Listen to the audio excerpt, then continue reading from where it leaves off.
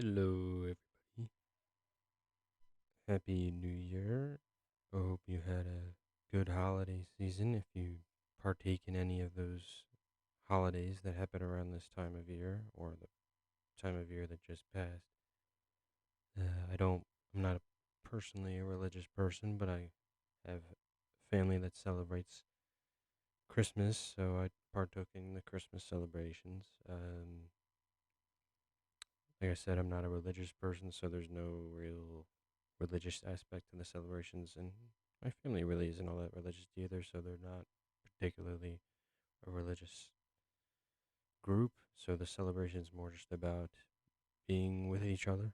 Um, Religion for me, I'm like I said, I'm not a religious person at all. I would I'd I'd probably call myself either somewhere between atheist and agnostic because I don't I don't believe that there is some like supreme being, but I also don't think I can prove it. So I guess that would mean that I am agnostic, but whatever. We'll push onward. This is it's not supposed to go into religion. Like again, I'm not going off of any script or anything here. Just another ramble video. Like uh, so just to wrap up on religion, like I'm perfectly fine with people believing whatever they want to believe when it comes to their religion. I think religion is a very personal thing, a very private thing. That is a very intense experience for individuals and very personal. And I'm fine with people believing what they want to believe. I just have a problem when people try to force those on others. So you know, I'm fine with people believing what they want to believe, but when it comes to, say, organized religion trying to get other people to be them, that's where I kind of draw the line. And I think there have been multiple examples over time of organized religion not doing exactly what they preach. So let's just leave it at that. Wanted to talk a little bit um, off the top of my head about New Year's, New Year's resolution, goals, that sort of thing. I don't really do that. Like set out specific goals. I just think of things as like, hey, let's try and do this a little differently next year or something like that. And the past and what I'm looking for this year um, is to continue trying to work on mental health. Um, there have the past couple of years have been trying um, for everyone that has been impacted by the pandemic. And mental health is, it gets it definitely gets more deserved attention now than it has ever gotten before, and I couldn't agree with that more.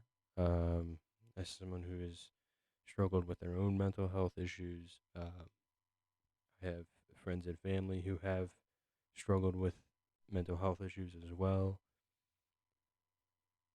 and those have been pushed to the forefront during the pandemic, specifically in my situation where I went from being in a situation where I'm going to work a day every day. I'm interacting with other people every day, face to face, to then having to work remote. I live alone. I don't have any pets. Uh, and I'm not a big like texter. Um, if I were to scroll through my phone right now, almost all of the conversations that I'm involved would they don't start because of me. Um, so this was the first time in a long time that I spent a lot. I spent pretty much every moment by myself, and I don't know if that had ever really been the case before. So the the first few months to about the first year of the pandemic was an interesting one where I really got to know myself for the first time, really. And I figured some things out about myself, so that I thought were correct. So at some point, I was like, I should try talking to someone about this. So thankfully, my employer um, has health benefits that include covering a certain number of like therapy or uh, life coach, life mentoring, whatever you want to call it, sessions. And I partook in a couple of those, and they seemed to agree. The people that I met with two different people, and they seemed to agree with how I was kind of psychoanalyzing myself. Um, and really, the the the main things were, I have a negative view of myself, um, and then some of that comes out of how I grew up in my childhood. Childhood is really plays such an important part of of how you develop as a human being. Um, just speaking from my own personal experience. So it was nice to look at who I am now, look back at what happened during my childhood and how I grew up to my teenage years and young adult years, to see how that has like molded who I am today. And another one big so I have anxiety. So I think what the therapists were calling it general anxiety disorder. So it's not like a um it's not something I need to take like medication for, but it's something to the point where it does like interrupt my life, but not to the point where it's like crippling anxiety. And it's really strange. It really is. Just like I get anxiety when I have to. So I live in a big apartment complex with a lot of buildings and a lot of people that live here, and each building has their own um, dumpsters outside. So, like, even when I'm about to just take the trash outside, I have I get feel like the tightness in my chest and anxiety. It feels like bearing down on me that like I'm somehow gonna be like judged while I'm taking my trash out for somehow, and I don't. And it looking back on it, it's so funny when when I look back on these, but at the time, it's like I can't put into words like how it feels. I'm sure there's maybe somebody who listens to this will know what I'm kind of talking about, but just the anxiety of something is gonna go wrong taking the trash out. Like it's funny to look back at, but it really does point to there being a problem, right? So this is something I want to work on or continue to work on because um, one thing I learned during that therapy was I learned of thinking traps for the first time. I had never heard of thinking traps before. Um, and it's basically, our brain, um, cognitive processes in our brains um, that that lead us into these mental traps. That's why they're called thinking traps. That contribute to stress, and they can like disconnect us from reality, disconnect us from the people around us, and generally just make our lives more difficult. Um, and there are a couple that really, there are a couple that really uh, stand out from my um, example of anxiety. So one that really comes to the forefront for me is catastrophizing, which is overestimating the consequences of something negative happening. So that little story of just getting super anxious about taking the trash out. I'm catastrophizing that somehow while I'm taking the trash out, something horrible is going to happen. Um, and I think that I think that kind of was a learned thing because I grew up in a household where someone in my direct family catastrophized like crazy. Like they were a catastrophizing champ, basically. Um, so I think that's kind of a learned thing, maybe.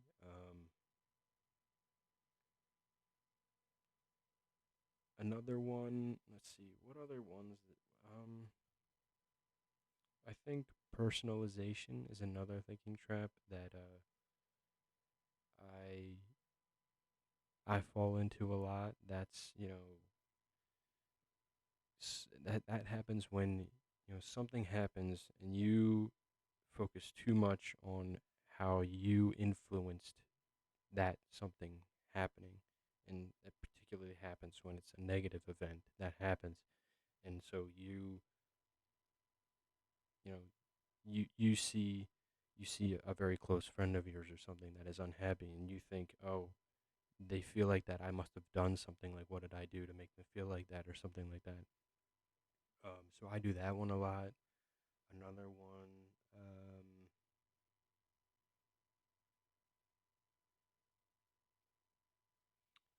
emotional reasoning is another one. So that's like taking your emotions into like account of basically taking your emotions too strongly in terms of like interpreting an event as well. So like I feel anxious, therefore something bad must be happening. Um, but emotions are another thing because it's like I'm not very emotionally intelligent, as in I can't pinpoint emotions. I can't distinctly point out emotions. I can't very well read the emotions of others. Um, I think that may have. I think that might be coming from. Um, I think I was kind of right at the tail end of um, when I was growing up. I kind of was the very tail end of don't show your emotions. It's not you know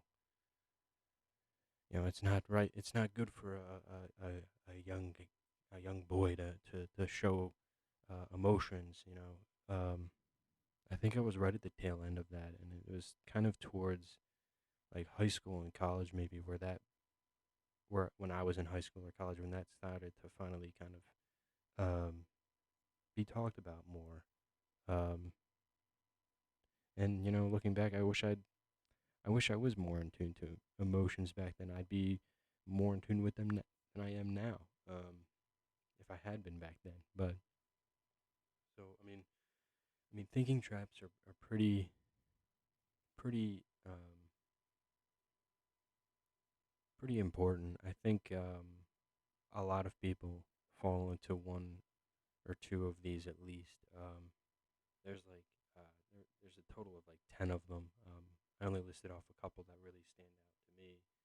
Um, but like this was something I learned in the last couple years. So I'm still trying to, like I said, I'm not emotionally intelligent, so I'm still trying to pick up on these emotions and then you're supposed to challenge thinking traps. So when you're in a situation, you have to really keep track of the emotions you're feeling.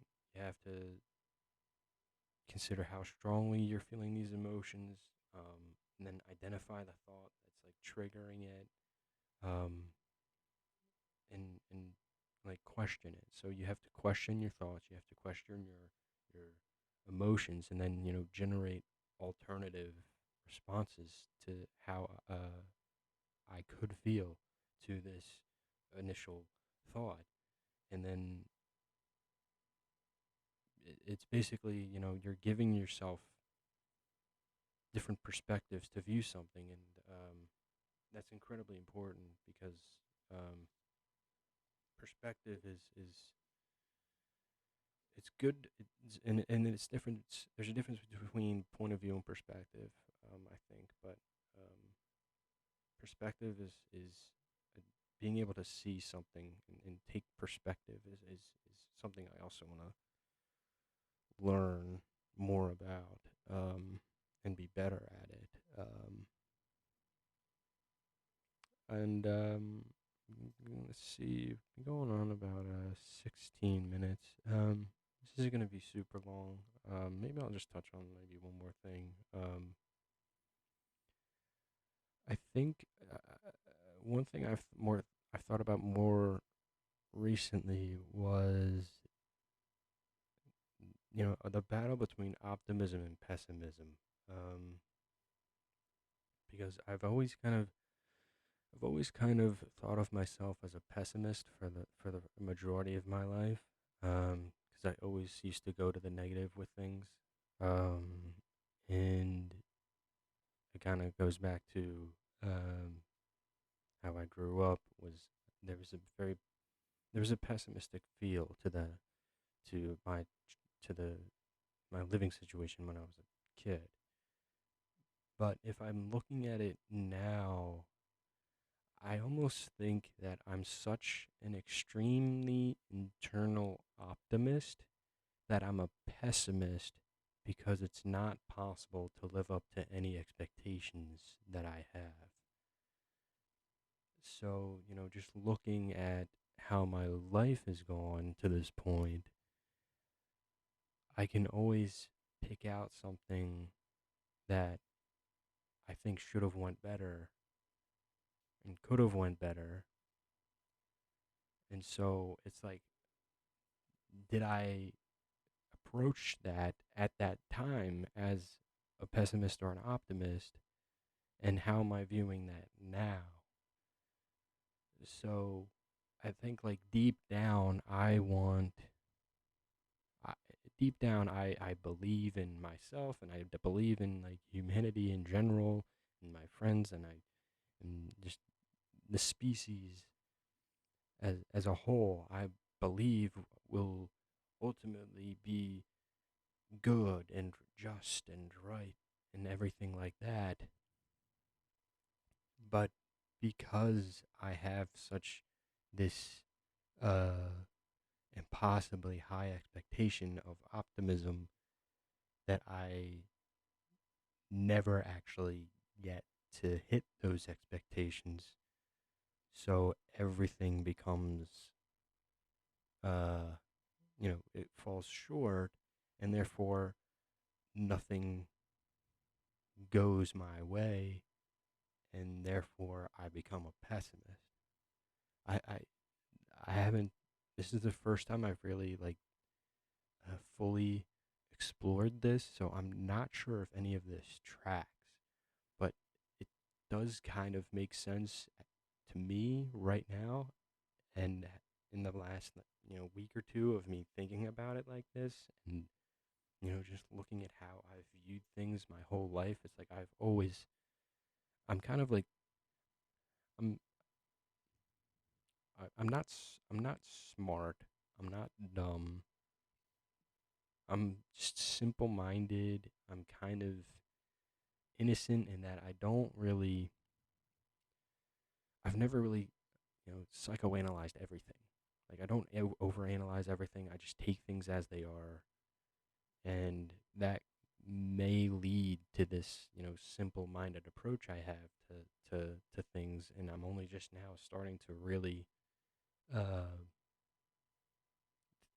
think a lot more about it. And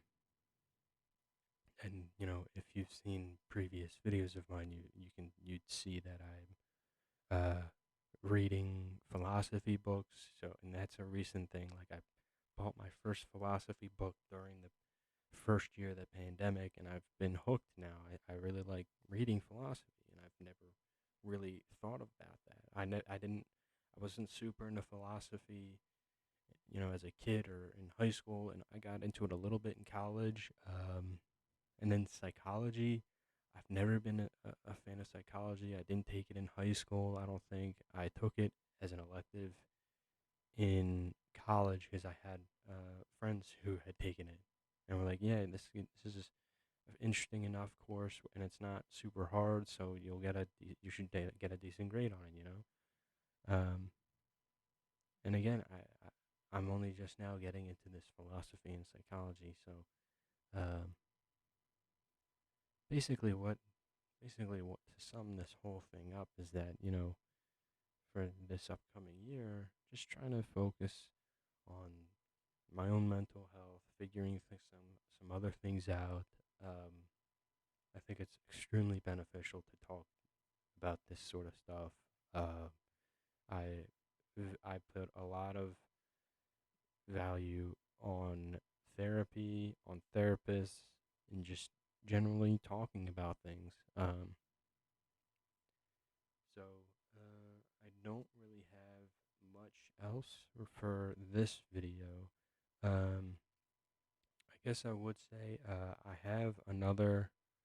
I did a little bit of recording while I was reading another section of Plato's The Republic a few days ago. I just have to like get that on my laptop and stuff. Again, that'll be a lo-fi situation, so I'm just using like the AirPod headphones, or not AirPods, earpods, because it's the actual wired headphones that come with the old iPhones back in the day. Um, I do like the lo-fi kind of sound. It brings me back to the my first experiences with ASMR. So I do like the lo-fi sound. Every once in a while, microphones these days are just so good, but the lo-fi stuff is definitely still good as well. The microphone I'm using now is just a USB one. It's not.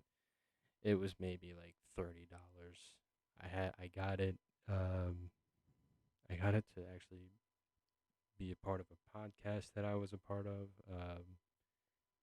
And I still had it, so I'm like, and I've always, like I said in my first video, I think I've been listening to ASMR for so many years now.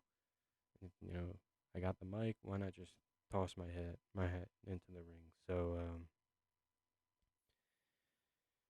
um, and I do enjoy like role plays, but I've never really been interested in doing them. I did just stumble upon a Reddit page of like ASMR scripts, so I've been like scrolling through those and reading some of them, and if I find one that I think is would be fun to do,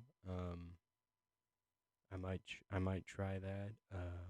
I'm no voice actor for sure. I've never been in a play or anything like that.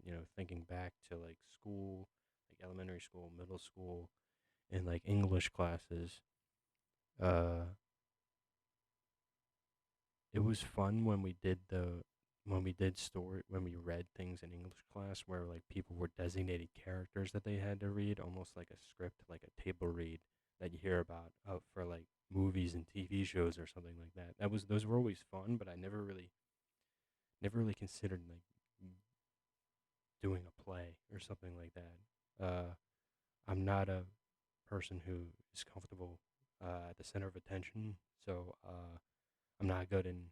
I was never good in front of people doing presentations in school and at work. Still to this day, I'm not good in standing at the front of a big conference room or something like that.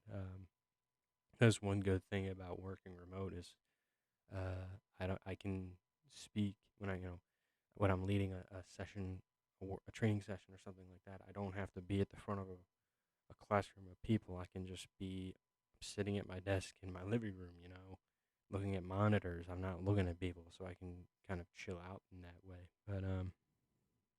But anyway, so if I find something that kind of tickles my fancy, I guess you could say, I might give one of those a shot. Um, but for now, I'll cut this video here. I'll hopefully be posting this one within the next day or so. And then right around the same time, I'll post the reading video as well. It won't be that long. I think it might be. It might not even be 20 minutes long. If it is, it won't be much longer than 20 minutes. So with that, if you're still listening, I hope you had a good day. I hope you have a great day if it's still going on. I hope you had an excellent end of the year celebration, and I hope you have a very prosperous and happy new year 2022. Wow, that's crazy. All right, toodles.